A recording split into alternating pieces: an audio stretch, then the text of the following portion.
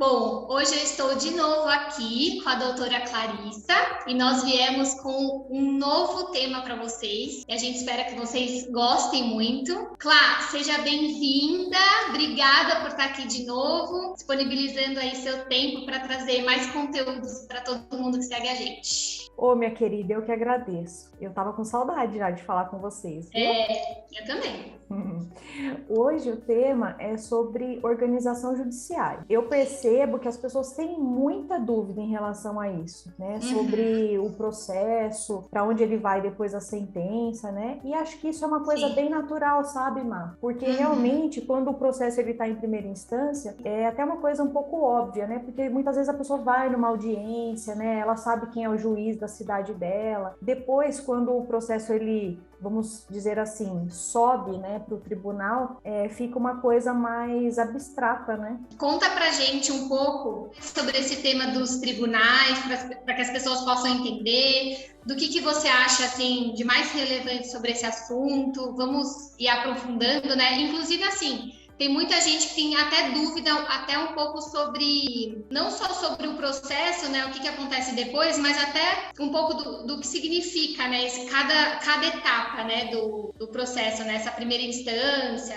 enfim, se você puder contar pra gente um pouquinho. Na verdade, eu acho que a gente tem que simplificar bem esse assunto, porque senão fica algo realmente fora da realidade, para as pessoas entenderem. Vamos dizer assim que nós temos o quê? Duas instâncias ordinárias, né, de tribunais. E o que isso, assim, quer dizer? Depois de uma sentença dada pelo juiz, o processo ele pode ou não subir de instância, ou seja, para a segunda instância. Isso vai depender se as partes vão ou não recorrer. Se houver o recurso, o processo vai para o tribunal. Isso que eu estou dizendo é no cível estadual, né, ou no federal, dependendo da matéria que está sendo discutida na ação. No criminal também isso acontece e no trabalhista. E aqui a gente não vai falar sobre os tribunais eleitorais nem os militares, porque não é o foco. Então, assim, se for no cível estadual, ele vai o processo para onde? Para o Tribunal de Justiça daquele estado. No cível federal, ele vai para o Tribunal Regional Federal, da região, né? No Brasil, a gente tem 5 regiões na parte federal. No trabalhista, ele vai o quê? Para o Tribunal Regional do Trabalho. Aqui, na nossa região, é o Tribunal Regional do Trabalho da 15ª região. Se nós estivéssemos em São Paulo, a gente iria para o Tribunal Regional do Trabalho da 2ª região. Entendi. E assim, na segunda instância, a sentença, ela sempre vai ser revista por um grupo de magistrados, que são chamados desembargadores, né? São os juízes de segundo grau, segunda instância. E aí, acho que é importante aqui a gente também comentar que no juizado especial, o que é o juizado especial? Ele ainda é popularmente chamado de pequenas causas. Eu acho que muita gente já ouviu falar por essa expressão, né? Ela não está correta, mas ele é conhecido popularmente dessa maneira, né? Que são as causas de menor complexidade, né? E às vezes de valores mais baixos também, né, para discussão. Então, daí o processo, a segunda instância desses processos é o colégio recursal. E aí esse colégio recursal, ele é formado por 3 juízes. Aqui em Indaiatuba vai para Itu. Entendi. Não, e é uma coisa que a gente escuta muito, as pessoas comentando sobre a demora que os recursos neste processo, né, para o processo, né? Então, se você puder até falar um pouquinho, né, por que isso acontece, como é que funciona? Sim, na verdade, assim, são realmente diversos recursos, né? E também são muitos processos para serem cuidados pelo mesmo juiz, né?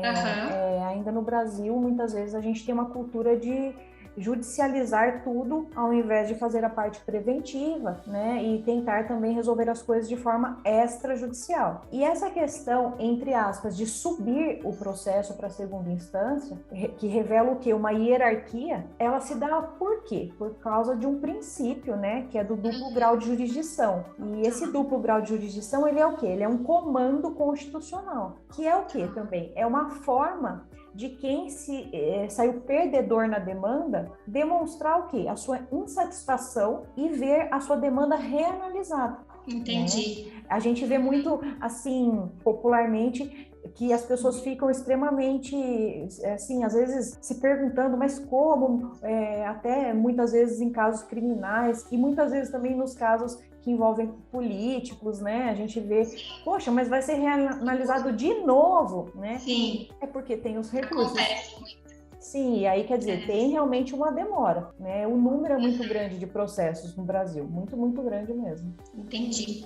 E sabe o que a gente também encontra um pouco de dúvida, e eu acho legal você falar um pouquinho, é sobre o STF e o STJ. E eu acho que é super legal a gente trazer um pouco do que é cada um, né? Como cada um atua, como funciona também. Porque a gente escuta falar tanto, né? E eu acho que quem não está envolvido muito nesse meio, às vezes fica com dúvida. Na verdade, assim, tanto o STF como o STJ e para a parte trabalhista, o TST, eles ficam em Brasília. Então, é como se eles fossem o quê? Uma terceira instância. Para debater o quê? Questões relativas à não observância das leis federais pelo Tribunal Inferior. Então, vamos dizer assim, isso o STJ vê a parte das leis federais mesmo. O TST também, né, na parte trabalhista. Já o STF não. O STF, ele debate o quê? Questões de natureza constitucional, porque existe também, né, essa hierarquia entre as leis. Tem a lei federal e depois, em cima de tudo, tem a Constituição.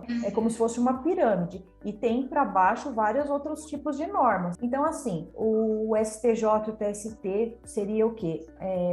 O que vai ser discutido, né? Se não houve a observância de leis federais, cada um na sua matéria, o STF para questões constitucionais, pelo Tribunal Inferior e também pela primeira instância, né? Isso então vai subindo o processo. E aí o que precisa ficar bem claro, né, em relação a esses tribunais superiores é o quê? Que não há uma reanálise das provas. Então, o que acontece? Esses tribunais, eles vão reavaliar sim o processo, mas eles não servem para reavaliar provas. Eles vão verificar se a norma federal ou constitucional, ela foi abstratamente bem aplicada naquele caso concreto, mas sem reanálise de provas. Então, entendi. É uma questão de tese, de matéria, e não de prova. Não há reanálise. Entendi. Eles fazem só uma análise num determinado ponto só, né, de todo o processo. Sim, se abstratamente aquela norma ela foi bem aplicada no caso concreto, é isso. Então, por isso que a gente tem as questões de recursos repetitivos, tal, inclusive de precedentes, né? Ou seja, muitas vezes aquele caso que é o seu caso, ele já foi decidido outras vezes, tantas vezes, que você consegue invocar aquele precedente para ele ser aplicado no seu caso. Então, quer dizer, ainda que não haja reanálise de prova, você consegue, vou falar assim em português bem fácil de entender, encaixar.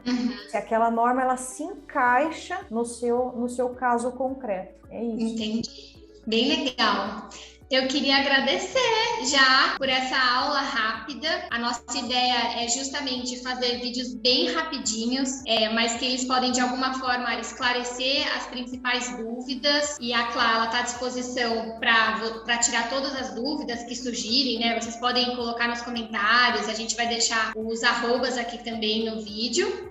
E eu queria agradecer mais uma vez você por estar aqui com a gente, por estar dando essas aulas. Eu acho que é super importante, né, a gente abrir a cabeça e entender um pouco o outro olhar que a gente sempre comenta, né, um pouco desse olhar jurídico aí, né, do que a gente realmente pode e não pode dentro da lei, como algumas outras questões funcionam, para a gente poder ficar antenado. Com certeza, Má. Eu que te agradeço, minha querida. E realmente estou à disposição, né, para a gente conversar um pouquinho mais sobre esse tema, porque eu sei que não é às vezes de primeira que a gente entende aí essa questão da hierarquia aí em tribunais e leis, normas, né? Isso é uma coisa que para mim é um pouco mais tranquilo, porque eu lido diariamente há muitos anos, mas para quem não lida é complicado, né? Aquilo que a gente não atua, às vezes a gente fica com dificuldade de visualizar como realmente funciona, né? Sim, com certeza. Legal, então tá bom. Obrigada, viu? Obrigada, Má.